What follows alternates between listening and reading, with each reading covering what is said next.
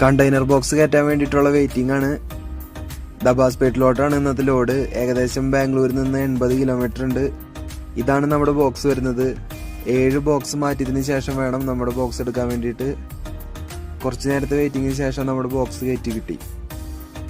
ഇനി നേരെ കമ്പനിയിലോട്ട്. ഉച്ചതിരിഞ്ഞൊരു 3 മണിയോട് കൂടെ കമ്പനിയിലെത്തി. കമ്പനിയിൽ റിവേഴ്സിങ് ഇച്ചിരി ടാസ്കുള്ള ഏരിയ ആയിരുന്നു.